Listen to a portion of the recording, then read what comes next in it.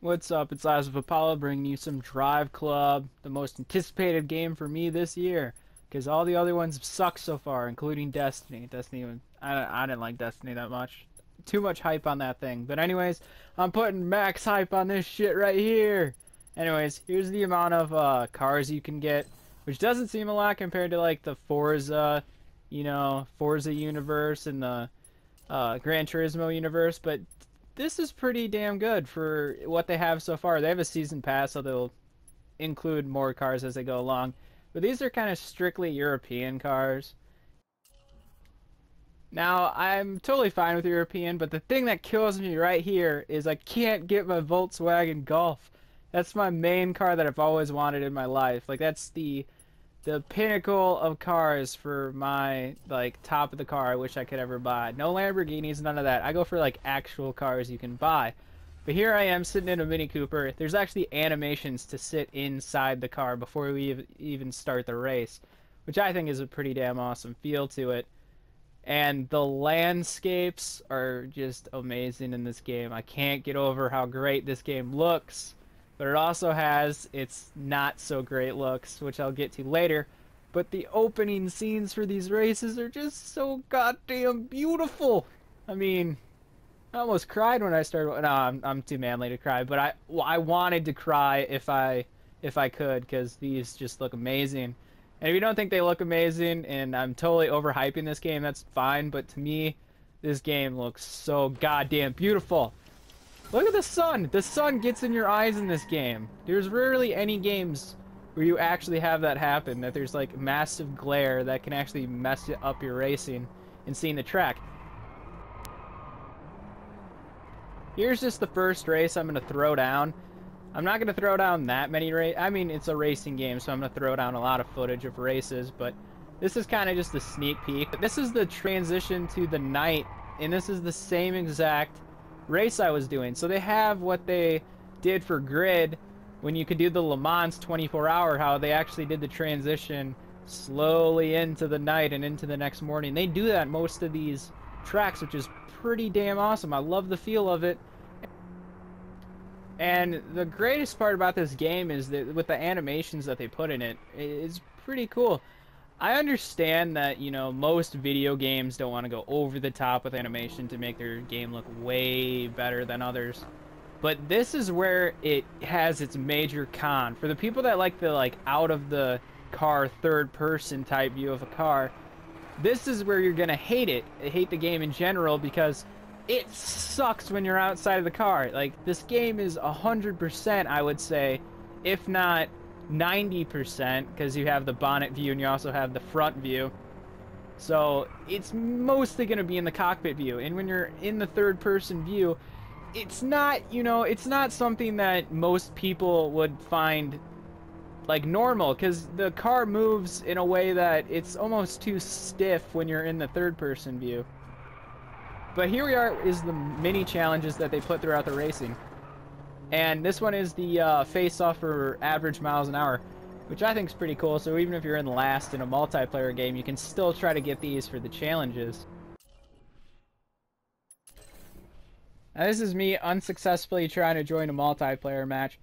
And the multiplayer is like, I'm going to say it's the usual racing multiplayer. There's nothing outstanding about it besides the club features, which I can't get the club features because I don't have anyone in my club at the moment, because I've been playing this actually before most people, because I actually bought the game instead. I got it for the PlayStation Plus, because some PlayStation Plus stores don't update exactly at 12 o'clock. I think most of them update usually around 3 o'clock. I'm not sure about that. I could be wrong. I probably am wrong. But yeah, it took me about 15 to 20 minutes just to figure this out.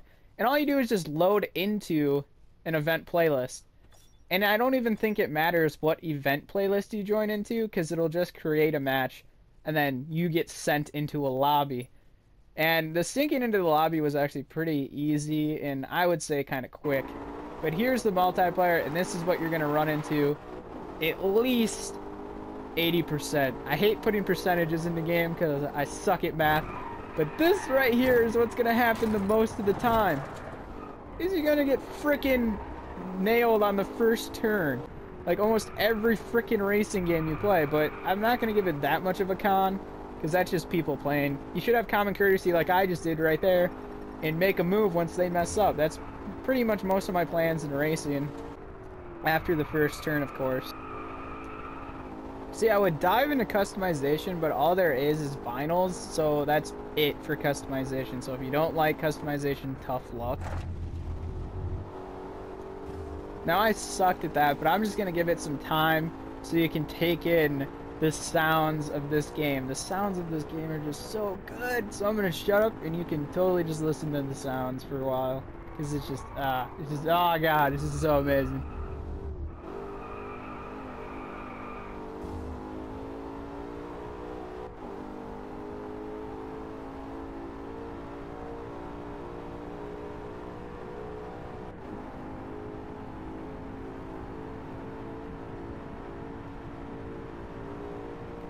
Alright, now that probably, like, let you have some time to switch your pants from you know, jizzing yourself from how fucking amazing this sounds. Like I said, I'm totally overhyping this, so if you think half of this shit is bullshit, then you're probably right, but I love this game, and it's so good! It's so good! Anyways, so I'm gonna get more into detail. The cars, there's not a lot, but it's okay for me, at least in my opinion, and these are all of my opinions, but the cars are totally fine. There doesn't have to be an unlimited supply like there's in Gran Turismo. There doesn't need to be like 300, 400 cars like there are in Forza. Because when it comes down to it, most of those cars you don't even use online. And this game is trying to get your club online since it's single player. There's no split screen. It's all online. So I think it's a better approach with the smaller amount of cars, because you can actually put them to use once you unlock them. There's no money or credits in this game, so once you level up, you keep that car.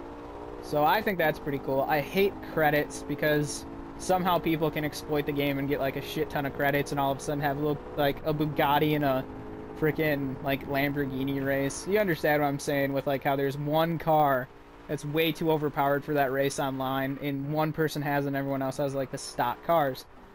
Now, the thing that I don't like about the online, though, is you don't gain reputation points when you loan a car. So if you want to jump into this game into multiplayer, like, straight ahead and think that, hey, I'm going to earn a lot of credits, because I actually had a 3-win streak, which I was pretty much ecstatic about, because I came in first 3 times, but you don't get any of the reputation points for a loaned car. So they really push you to play single player, and if you don't like single player, you're kind of dumb, because if you play a racing game, it should be basically single player. Then once you get bored of single player, go play online. Unless you're insanely competitive, then you'll just jump into online, which you can't really do because they force you to play single player, so tough luck with that one. But yeah, join up my crew if you want to. It's open, and I'll put it in the description. And yeah, thanks for watching. I really appreciate it, and if you want to hit that like button, go for it, because I rarely get any likes on here. I don't know why. I thought I was pretty cool about it, but yeah, anyways, I'm going to put out some more shit. And yeah, thanks for watching. Keep it sexy. I don't know, something cliche that YouTubers like to say. So yeah, see you later.